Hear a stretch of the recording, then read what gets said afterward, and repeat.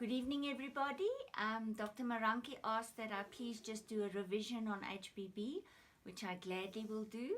As you can see, I'm absolutely in a bubble of ecstasy because this is a home birth and we have been screened for COVID and we're negative, so no PPEs, etc. now. Okay, so when you think about HPB, remember always be prepared.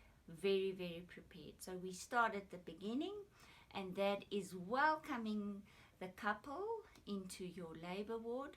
Make sure they feel welcome. You ask the mother if she bathed or not. Why would we like to do that? Because remember, the baby's going to be cared for on the mom, and we would like it to be a clean area, not sterile. It's important for the microorganisms.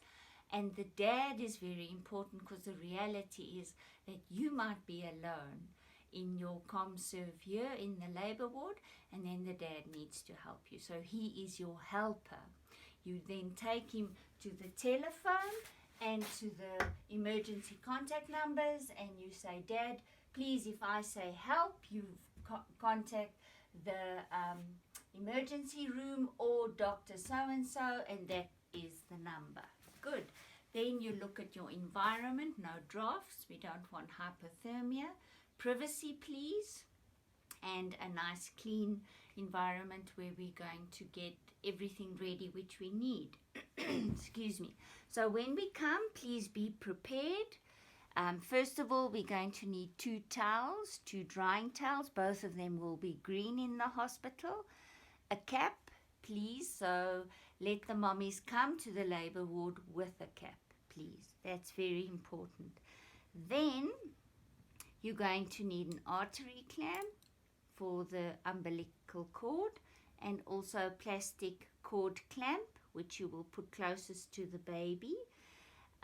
You're going to need a suction device. In the hospital, sadly, you will only find a continuous suction.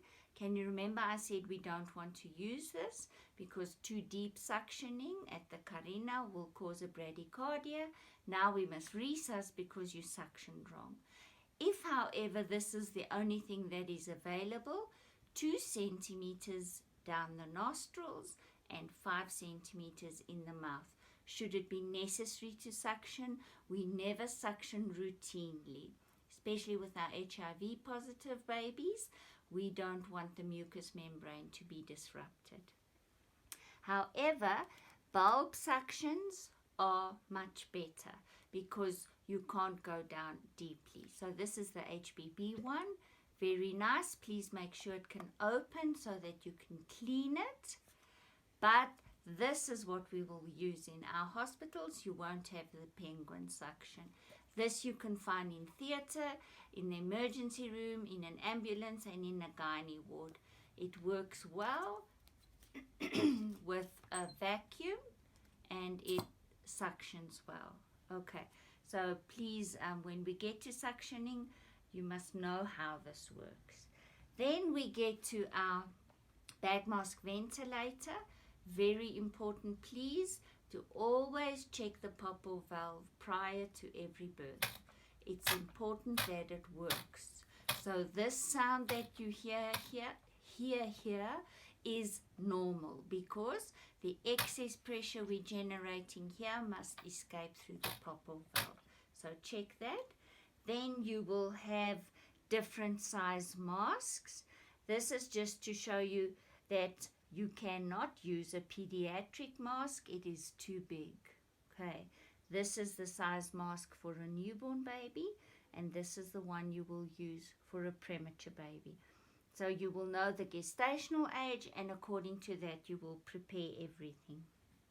And then you will need stethoscope should the baby be in a bradycardia, and a kidney bowl for the placenta, because we're going to do delayed cord clamping and intact birth of the placenta.